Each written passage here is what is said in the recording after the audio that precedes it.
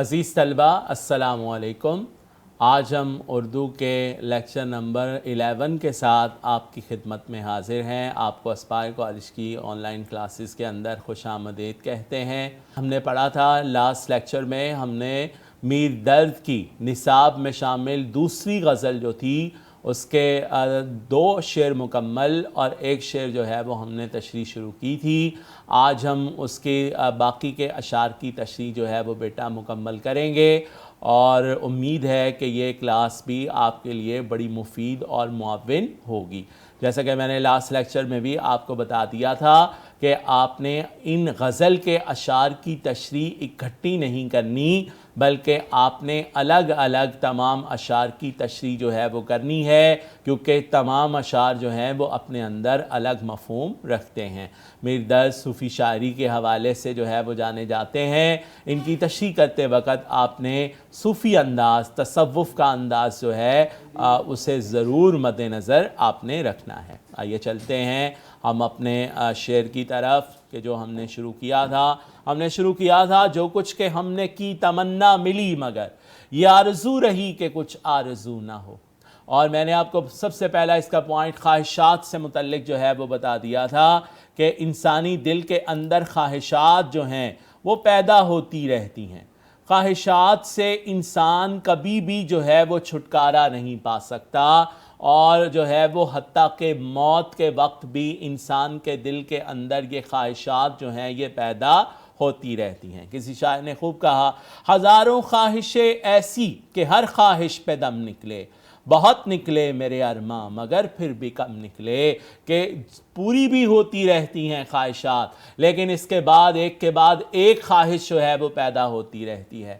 حتیٰ کہ بیٹا اگر خواہشات نہ تمام بھی رہیں، اگر خواہشات پوری بھی نہ ہوں، لیکن اس کے باوجود بھی دل کے اندر خواہشات جو ہیں وہ پیدا ہوتی رہتی ہیں۔ اب آئیے بیٹا پوائنٹ ہے نیکسٹ ون کہ خواہشات کیوں ہیں۔ اس کے 2 بیٹے وجوہات ہیں، ایک ماحول ہے، ایک ضرورت ہے۔ کہ ایک خواہش جو ہے وہ ضرورت کے مطابق ہوتی ہے، نیسیسٹیز آف لائف، کہ جس کے بغیر آپ زندگی بسر نہیں کر سکتے۔ روٹی، کپڑا اور مکان ہے، اس کے علاوہ جو ہے وہ ضروری جو خواہشات ہیں جس کے بغیر زندگی مکمل نہیں، تو وہ خواہشات آپ کے دل میں جو ہے وہ پیدا ہوتی ہیں۔ دوسرا، انسان ماحول کا پروردہ ہے۔ یہ آپ کوٹیشن لکھ سکتے ہیں کہ انسان اپنے ماحول کا پروردہ ہے، کہ جیسا اس کا ماحول ہوگا وہ ویسا ہی ڈھل جاتا ہے، ماحول کا اثر اس کے اوپر ہوتا ہے۔ لہٰذا کچھ خواہشات ماحول کے مطابق اس کے دل کے اندر جو ہے وہ پیدا ہو جاتی ہیں، کہ اگر ماحول جو ہے وہ امیرانہ ہو تو امیرانہ کچھ خواہشات اس کے دل کے اندر جو ہے وہ آ جاتی ہیں، کہ میرے پاس بھی بڑی سی گاڑی ہو، بڑا سا گھر ہو، رہائش کے لیے آسائشیں ہوں جس سے میں لطف اندوز ہوں۔ تو ماحول بھی انسان کی خواہش بنانے میں اہم کردار ادا کرتے ہیں۔ ٹھیک ہے بیٹا، اب شاعر نے کیا کہا، جو کچھ کہ ہم نے کی تمنا ملی مگر۔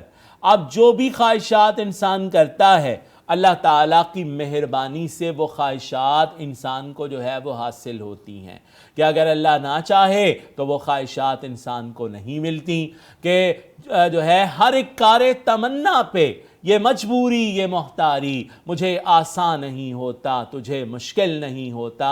اللہ تبارک و تعالیٰ نے حدیث قدسی میں بھی بیٹا ارشاد فرمایا ہے، آپ نے حدیث قدسی جو ہے وہ سنی ہوگی، حضرت جو فرمایا، اے اولاد آدم، ایک تیری چاہت ہے، ایک میری چاہت ہے، ہوگا وہی جو میری چاہت ہے۔ اگر تو سپرد کر دے گا اپنے آپ کو اس میں جو میری چاہت ہے، تو میں عطا کروں گا تجھ کو وہ بھی جو تیری چاہت ہے۔ اگر تو مخالفت کرے گا اس کی جو میری چاہت ہے، تو میں تھکا دوں گا تجھے اس میں جو تیری چاہت ہے، پھر ہوگا وہی جو میری چاہت ہے۔ تو یعنی انسان جو چاہت کرتا ہے، اگر اللہ کی مرضی موجود نہ ہو تو انسان کی وہ چاہت جو ہے وہ پوری نہیں ہو سکتی۔ تو شاعر ایک شکر گزاری کا، ایک عاجزی کا، انداز جو ہے وہ اختیار کرتا ہے، اللہ تعالیٰ کا شکر ادا کر رہا ہے، کیونکہ لَإِن شَكَرْتُمْ لَأَزِيدَنَّكُمْ، کہ تم میرا شکر کرو میں تمہیں اور زیادہ دوں گا۔ تو لہٰذا شاعر جو ہے وہ اطمینان کر رہا ہے۔ کچھ لوگ ایسے ہوتے ہیں بیٹا کہ جو زندگی سے اپنی زندگی سے مطمئن نہیں ہوتے، ہر وقت شکوے، ہر وقت شکایتیں زندگی کے اندر جو ہے وہ کرتے رہتے ہیں، لیکن شاعر یہاں اطمینان کر رہا ہے کہ جو کچھ کہ ہم نے تمنا کی، جو آرزو کی، اللہ تعالیٰ نے وہی آرزو، وہی تمنا ہماری جو ہے وہ پوری کر دی۔ تو لہٰذا شاعر بڑا مطمئن ہے اپنی زندگی سے، اور اللہ تعالیٰ کی مہربانیوں کا اعتراف کرتے ہوئے اس کے آگے شکر گزاری سے جھک رہا ہے۔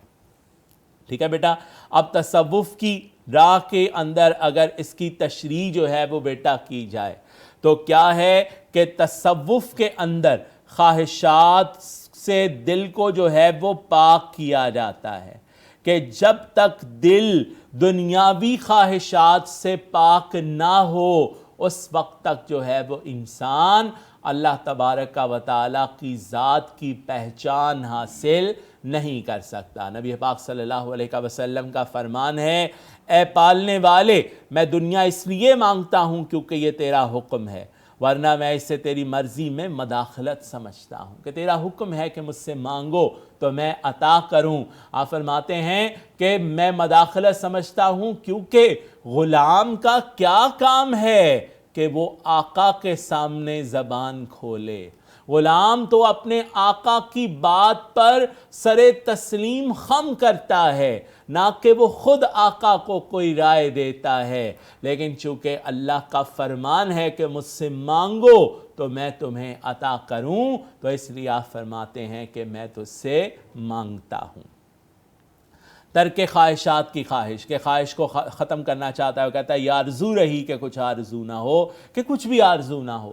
اس کی وجوہات ہیں، نمبر ایک، مذہب تلقین کرتا ہے، کہ مذہب کہتا ہے کم سے کم خواہشات ہونی چاہیے، دل کو خواہشات دنیا سے پاک کرنا چاہیے۔ تمام مذاہب کے اندر یہ بات ہے کہ جب تک انسانی دل خواہشات کے پیچھے بھاگتا رہتا ہے، انسان جو ہے وہ مجبور رہتا ہے۔ جیسے انسانی عقل کا ٹھوکریں کھانا خواہشات کی وجہ سے ہے۔ حضرت مولا علی شیر خدا رضی اللہ تعالیٰ عنہ کا یہ فرمان ہے کہ انسان جو ہے وہ جا بجا ٹھوکریں کھاتا ہے وہ خواہشات کی بنا پر ہے۔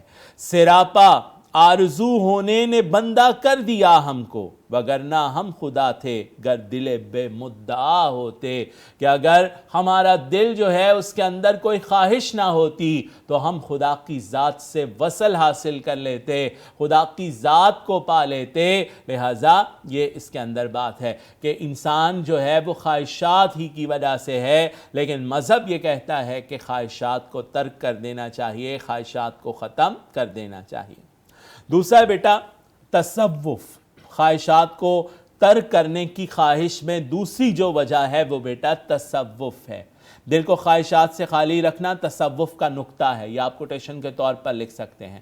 خالی دل اللہ تعالیٰ کا گھر ہے۔ خالی سے مراد کہ جو خواہشات دنیا سے خالی ہو۔ پچھلے لیکچر کے اندر میں نے آپ کو بتایا تھا کہ جس گھر میں کتا ہو وہاں رحمت کے فرشتے نہیں آتے، تو بیٹا جو ہے وہ اللہ تعالیٰ کی ذات اس جگہ نہیں آتی کہ جہاں دنیا پلید کی جو ہے وہ خواہش موجود ہو، کیونکہ نبی کے فرمان کے مطابق طالبہا قلابن، کہ جو دنیا کے طالب ہیں، قلاب یعنی وہ خواہش جو ہے وہ کتا ہے۔ تو لہٰذا اگر دل خواہشات دنیا سے باقی تمام چیزوں سے خالی ہو تو پھر اللہ کی ذات اس میں اندر سما جاتی ہے۔ مومن نے کہا تھا تم میرے پاس ہوتے ہو گویا جب کوئی دوسرا نہیں ہوتا، کہ جب کوئی دوسرا نہیں ہوتا تو اللہ تعالیٰ کی ذات جو ہے وہ میرے دل کے اندر موجود ہوتی ہے۔ یہ میں نے حدیث جو ہے وہ آپ کو بیان کر دی۔ ہر تمنا دل سے رخصت ہو گئی، اب تو آجا، اب تو خلوت ہو گئی، کہ دل سے تمام خواہشات دور ہو گئیں، اے میرے محبوب حقیقی اب میرے دل کے اندر سما جا۔ تیسری ہے بیٹا انسان اشرف المخلوقات ہے۔ ترک خواہشات کی جو ہے وہ خواہش آرزو وہ کر رہا ہے اس لیے کہ انسان اشرف المخلوقات ہے۔ انسان خواہشات کے حصول کی طرف جب بڑھتا ہے تو بیٹا اپنے مرتبے سے نیچے گر جاتا ہے، اشرف المخلوقات سے، خلیفہ اللہ سے جو ہے اس مقام سے نیچے گر جاتا ہے، اور اسفل سافلین کے اندر جو ہے وہ رہتا ہے، اور اس سے پرواز کر کے اپنے آپ کو اللہ تعالیٰ کے مقبول یا اس کے قریب نہیں کرتا، اس کے قرب میں نہیں لے کر کے جاتا۔ خواہشات نے ذلیل رکھا ہے، جی نہیں چاہتا کہ جی چاہے۔ اکبر نے کہا، اکبر الہ آبادی نے، کہ خواہشات جو ہے وہ ہمیں ذلیل کرتی ہیں، اس لیے دل چاہتا ہے کہ یہ آرزویں دل سے ختم ہو جائیں۔ ٹوٹا دل، اب بیٹے کیا ہے؟ خواہشات دل میں نہ ہوں۔ خواہشات اس وقت نہیں ہوتی کہ جب انسان کی خواہشات پوری نہیں ہوتی، تو وہ کہتا ہے اب میں کوئی خواہش نہیں کروں گا، اب میرے دل کے اندر سے تمام خواہشات جو ہیں وہ ختم ہو گئی۔ یعنی دل جو ہے وہ جب ٹوٹ جاتا ہے تو پھر اللہ تعالیٰ کی ذات جو ہے وہ اس کے اندر موجود ہوتی ہے۔ مسجد ڈھا دے، مندر ڈھا دے جو کچھ رہندا، ایک بندے دا دل نہ ڈھاویں رب دلا وچ رہندا، کہ وہ ٹوٹے دل کے اندر اللہ تبارک و تعالیٰ کی ذات جو ہے وہ آ جاتی ہے۔ شے نمبر 4 بیٹا ہم تشریح کریں گے۔ جو شمع جمع ہوئیں گر اہل زباں ہزار، آپس میں چاہیے کہ کبھی گفتگو نہ ہو۔ اگر 1000 بولنے والے ایک محفل میں اکٹھے ہوں تو انہیں آپس میں بات چیت کرنے کی بجائے شمع کی طرح خاموش رہنا چاہیے۔ اہم نکات ہے بیٹا زبان کی اہمیت۔ اللہ تعالیٰ نے انسان کو زبان دی ہے، اللہ تعالیٰ نے تمام مخلوق کو پیدا کیا، جس میں بڑے بڑے مضبوط پہاڑ ہیں، آسمان ہے، زمین ہے، لیکن اللہ تعالیٰ نے ان سب کو جو ہے وہ قوت گویائی سے جو ہے وہ محروم رکھا ہے کہ یہ اپنی آپ بیتی بیان نہیں کر سکتے، جبکہ انسان کو اللہ تعالیٰ نے زبان جیسی نعمت سے نوازا ہے کہ انسان اپنی آپ بیتی اپنی زبان سے جو ہے وہ بیان کر سکتا ہے، اپنے جذبات کا بہتر الفاظ کے اندر اظہار کر سکتا ہے، کہ انسان جو ہے وہ دل کے اندر آئی باتوں کو جو ہے وہ لوگوں تک پہنچا سکتا ہے۔ تو یہ شرف جو ہے وہ اللہ تعالیٰ نے انسان کو عطا کیا ہے، اور دوسری مخلوقات جو ہے وہ زیادہ تر اس سے محروم ہیں۔ جو ہے قدرت کا وہ تحفہ ہے جس کی مثال ہے، کہ زبان اللہ تعالیٰ کا ایسا تحفہ ہے کہ جس کی کوئی اور مثال نہیں ہے۔ اس نے انسان کو بولنا سکھایا، آیت کے اندر ہے کہ انسان کو اللہ تعالیٰ نے جو ہے وہ بولنا سکھایا ہے۔ اب بیٹے کیا ہے کہ گفتگو نہ کریں، خاموشی کی نصیحت جو ہے وہ کی گئی ہے کہ خاموش رہا جائے۔ پنجابی کی کہاوت ہے، ایک چپ تے سو سکھ، کہ اگر انسان خاموش رہے تو سکھی رہتا ہے، اور بولنے سے جو ہے وہ اسے گریز کرنا چاہیے۔ جس نے خاموشی اختیار کی وہ نجات پا گیا۔ آیت مبارکہ کے اندر اللہ تعالیٰ نے جو ہے وہ ارشاد فرمایا، جو اللہ اور آخرت کے دن پر یقین رکھتا ہے اسے چاہیے کہ اچھی بات کرے یا خاموش رہے، کہ زیادہ بہتر ہے کہ انسان جو ہے وہ خاموش رہے اور کچھ اپنی زبان سے بیان نہ کرے۔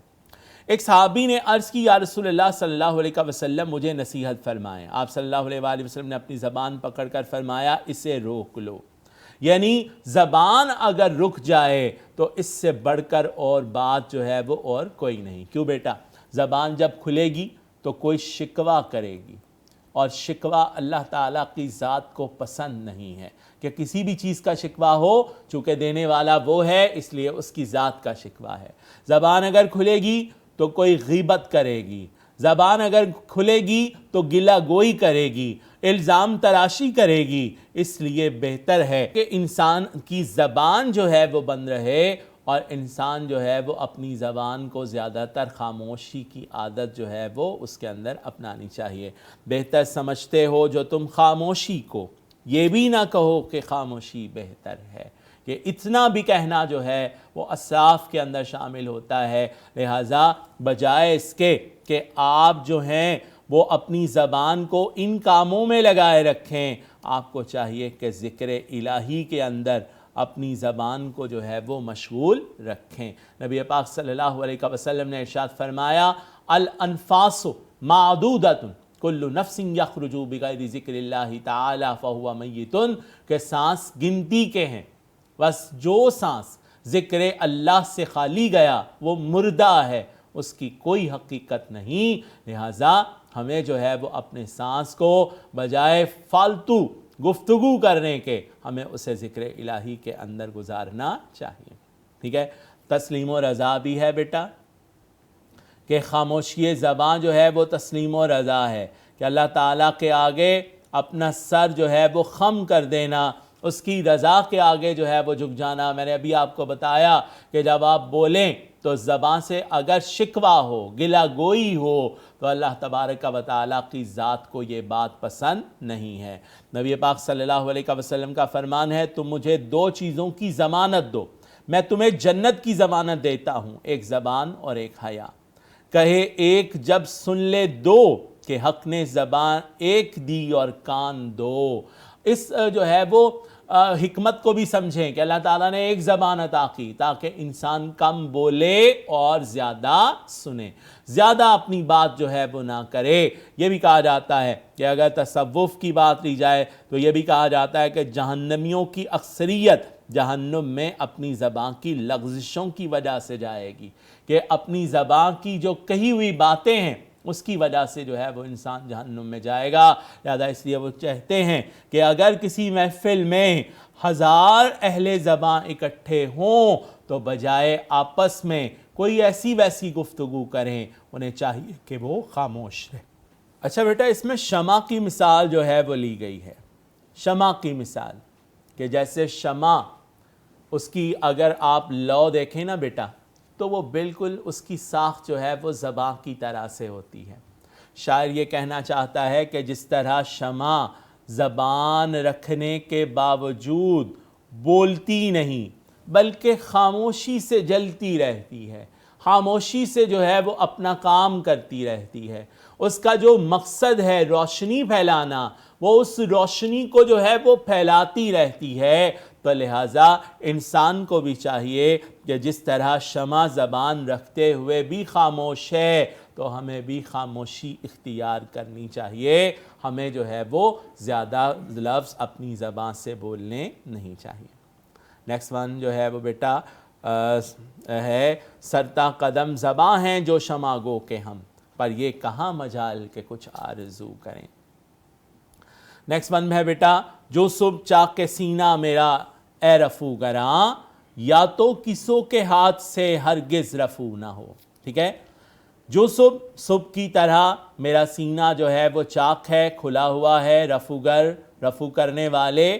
صبح کی طرح میرا گریباں چاک ہے جو کبھی رفو نہیں ہو سکتا. اہم نکات، گریباں کا چاک کرنا غم اور دیوانگی کی علامت ہے بیٹا. جب بھی غم اور دیوانگی کو اردو شاعری کے اندر بیان کیا جائے گا تو اسے جو ہے وہ گریباں کے چاک ہونے سے جو ہے وہ بیان کیا جائے گا کہ غم کی انتہا جب ہوتی ہے تو انسان اپنا گریباں چاک کر کے صحرا کی طرف جو ہے وہ نکلتا ہے. اردو شاعری کے اندر یہ بات جو ہے یہ زیادہ استعمال کی جا سکتی ہے کہ ایک عاشق جو ہے وہ ہمیشہ اپنے گریباں کو جو ہے وہ چاک رکھتا ہے کہ اس قدر دکھ اور غموں کا سامنا اسے جو ہے وہ عشق کے اندر کرنا پڑتا ہے. غالب کہتے ہیں، حیف اس چار گرا کپڑے کی قسمت غالب، جس کی قسمت میں ہو عاشق کا گریباں ہونا، کہ عاشق کا گریباں ہمیشہ تار تار ہی رہتا ہے، وہ کبھی جو ہے وہ سلامت نہیں رہتا.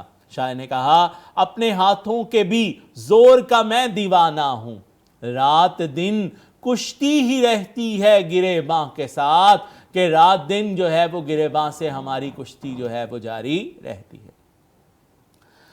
رفوگروں کا کردار، اس کے اندر نیکسٹ پوائنٹ ہے کہ رفوگر جو ہیں وہ اردو شاعری کے اندر ان کا کردار بھی جو ہے وہ بڑا اہم ہے. ہمیں کئی مقامات پر رفوگر کا تذکرہ اور ذکر جو ہے وہ ملے گا کہ بیٹا یہ مخلص دوست ہیں، کہ جو شاعر کے مخلص دوست ہیں اور اسے غم سے جو ہے وہ نکالنا چاہتے ہیں، اسے تسلیاں دیتے ہیں، مشکل حالات میں اسے جو ہے اس کے زخموں پر مرہم رکھتے ہیں. تو یہ وہ کردار ہیں کہ جنہیں رفوگر کہا جاتا ہے، یا رشتہ دار غم خوار ہیں کہ جو اس کے غم کو بانٹتے ہیں تاکہ اس کا غم غلط کیا جا سکے، اس کا غم جو ہے وہ کم کیا جا سکے. تو لہٰذا ان کا کردار بھی جو ہے وہ اہم ہے. تو وہ رفوگروں کو مخاطب کرتے ہوئے کیا کہتا ہے کہ یہ رفو نہیں ہو سکتا، رفو ممکن نہیں ہے. اس کی کئی ایک وجوہات ہے بیٹا. نمبر 1 کہ رفع جو ہے وہ ممکن اس لیے نہیں ہے کہ شاعر یا عاشق نہیں چاہتا کہ اس کے گریباں کو رفع کیا جائے، کیونکہ وہ اس کے محبوب کی نشانی ہے۔ تو محبوب کی نشانی کو مٹایا نہیں جا سکتا۔ محبوب کی نشانی اس لیے ہے کہ اس کے عشق میں تڑپتا ہوا اس نے اپنے گریباں کو چاک کیا ہے، لہٰذا یہ محبوب کی طرف سے ملنے والے دکھ کا نتیجہ ہے، اس لیے وہ نہیں چاہتا کہ وہ رفع ہو۔ چاک دامن میرا رفع نہ کرو، یہ کسی دوست کی نشانی ہے، کہ یہ تو کسی دوست کی نشانی ہے، اسے ختم نہ کرو۔ عشق کا مرض لا علاج ہے، ٹھیک ہے بیٹا، کہ کسی کا زخم اس وقت جو ہے وہ بھر سکتا ہے کہ جب اس مرض کا علاج ہو، کہ اگر اس مرض کا علاج ہی نہیں ہے تو پھر جو ہے وہ زخم بھر نہیں سکتا۔ عاشق کے مرض کا علاج محبوب کے دیدار میں ہے۔ عاشق کے مرض کا علاج جو ہے وہ محبوب کی مسکراہٹ میں ہے، اس کے لبوں سے نکلے ہوئے الفاظ میں ہے۔ وہ کہتا ہے دل کو سکون، روح کو آرام آ گیا، موت آ گئی کہ دوست کا پیغام آ گیا، کہ موت سے یا دوست کے پیغام سے دل کو جو ہے وہ راحت ملتی ہے۔ مرض بڑھتا گیا جوں جوں دوا کی، مریض عشق پہ رحمت خدا کی، کہ یہ مرض جو ہے یہ ختم نہیں ہوتا۔ نیکسٹ ون ہے بیٹا، یہ نشانے عشق ہیں جاتے نہیں۔ میر نے کہا تھا داغ چھاتی کے ابس دھوتا ہے کیا، کہ داغ چھاتی کے دھونا فضول ہے، ابس مین فضول، کہ انہیں دھونے سے کوئی فرق نہیں پڑتا، کیونکہ نشان عشقوں کو ختم نہیں کیا جا سکتا، کیونکہ اس کا تعلق دل کے ساتھ ہے، اور دل کے آئینے پہ جب کوئی تصویر جو ہے وہ بیٹا بن جائے تو پھر اس تصویر کو مٹایا نہیں جا سکتا، پھر اس درد کو ختم نہیں کیا جا سکتا۔ بیٹے بیماری کو خاتمے کے لیے بیماری کی تشخیص ہونا بھی ضروری ہے، اور جب تشخیص ہو جائے تو اس کے لیے پراپر دوا جو ہے وہ اگر ہو تو پھر ہی بیماری ختم ہوتی ہے، ورنہ بیماری جو ہے وہ ختم نہیں ہو سکتی۔ تو شاعر نے کیا کہا کہ اے میرے دوستو، اے میرے مخلص دوستو، اے میرے زخموں پر مرہم رکھنے والو، تم اس کے اوپر مرہم تو رکھو گے لیکن یہ اس کی پراپر دوا نہیں ہے، اس کی دوا دیدار محبوب ہے۔ جب تک وہ حاصل نہیں ہوگا اس وقت تک جو ہے وہ مجھے چین و قرار حاصل نہیں ہو سکتا۔ میں نے کہا یا تو کسوں کے ہاتھ سے، یا اس جگہ اگر مقام لیا جائے تو وہ کہتا ہے کیا دوستو تمہارے ہاتھوں سے نہیں، محبوب میں دار محبوب میں اس کا علاج ہے، اور اگر وہ دنیا سے، اگر اس کو عشق حقیقی میں لیں تصوف سے، تو وہ دنیا میں کہہ رہا ہے کہ دنیا میں جو ہے وہ انسان جب تک ہے تو جسم کے اس پردے کے ساتھ انسان اللہ تبارک و تعالیٰ کا دیدار نہیں کر سکتا۔ تو شاید یہ کہہ رہا ہے کہ چونکہ میں اس عشق کے درد میں مبتلا ہوں تو جب تک موت نہیں آئے گی اس وقت تک جو ہے وہ میں اپنے محبوب سے مل نہیں سکتا اور میرے ان دردوں کا علاج نہیں ہو سکتا۔ ٹھیک ہے بیٹا، تو یہ اس کے اندر جو ہے وہ بات شاید نے کہا صبح کی مثال جو ہے وہ اس کے اندر لی کہ جیسے صبح جو ہے وہ ہوتی ہے، روشنی پھیل جاتی ہے، ہر جگہ روشنی ہو جاتی ہے، اور جب صبح کا پو پھوٹتی ہے تو پھر روشنی کو پھیلنے سے کوئی نہیں روک سکتا، کوئی جو ہے وہ اس کے آگے جو ہے وہ پردہ حائل نہیں ہو سکتا، ہر جگہ روشنی جو ہے وہ پھیل جاتی ہے۔ بالکل اسی طرح شاعر نے کہا کہ میرا بھی گریباں چاک ہو چکا ہے، اب یہ کسی سے رفع نہیں ہو سکتا۔ کٹ گیا دن بھی گر شب کٹ گئی، کہ اگر رات کٹ گئی تو دن بھی کٹ جائے گا، صبح کی پوت ہی کہ چھاتی پھٹ گئی، کہ چھاتی جو ہے وہ پھٹ گئی، چاک کے تقدیر کو ممکن نہیں رفع، سوزن تقدیر کو عمر ساری سیتی رہے۔ سودا نے یہ کہا کہ اگر تمام عمر بھی رفع کرتے رہیں تو تقدیر کے کاٹے کو جو ہے وہ ختم نہیں کیا جا سکتا۔ ٹھیک ہے بیٹا، تو یہ اس کے اندر جو ہے وہ شاعر نے کہا۔ آخری اس کا شعر ہے، چونکہ یہ جو ہے وہ اس کے اندر شاعر کا تخلص استعمال ہے لیکن صرف میں مفہوم اس کا بیان کر دوں گا۔ اے درد زنگ صورت اگر اس میں جا کرے، اہل صفا میں آئینہ دل کو رو نہ ہو۔ اے درد اگر اہل صفا کا دل کدورت اور غیر اللہ کی سیاہی سے دھندلا ہو جائے تو آپس میں محبوب کا چہرہ صاف دکھائی نہیں دیتا۔ تو اس میں محبوب کا چہرہ جو ہے وہ صاف دکھائی نہیں دیتا۔ اہم نکات ہیں دل میں غیر اللہ کی محبت، وہ میں نے پہلے آپ کو جو ہے وہ بیان کر دیا۔ اللہ بس، ما سوا اللہ ہوس، کہ اللہ کے بغیر باقی سب کچھ ہوس ہے۔ روح چہرہ دیدار الہی، کہ جب تک دل جو ہے وہ دنیاوی محبت سے بھرا رہے پھر اس دل کے اندر اللہ تعالیٰ کا دیدار جو ہے وہ حاصل نہیں ہو سکتا۔ شاعر نے کہا تجھی کو جو یہاں جلوہ فرما نہ دیکھا، برابر ہے دنیا کو دیکھا نہ دیکھا۔ بیٹا اس کے ساتھ ہی ہماری غزل نمبر 2 جو نصاب میں شامل تھی یہ مکمل ہو گئی۔ کوشش یہ کی گئی کہ آپ کو پوائنٹ با پوائنٹ اس کی تشریح جو ہے وہ کر دی جائے اور میکسیمم آپ کو اشعار اور کوٹیشن اس میں بتا دی جائیں تاکہ آپ کی تشریح کے لیے معاون ہو۔ امید ہے آپ نے اس سے بہت کچھ سیکھا ہوگا۔ اگلے لیکچر تک کے لیے اجازت دیجیے۔ اللہ حافظ۔ السلام علیکم۔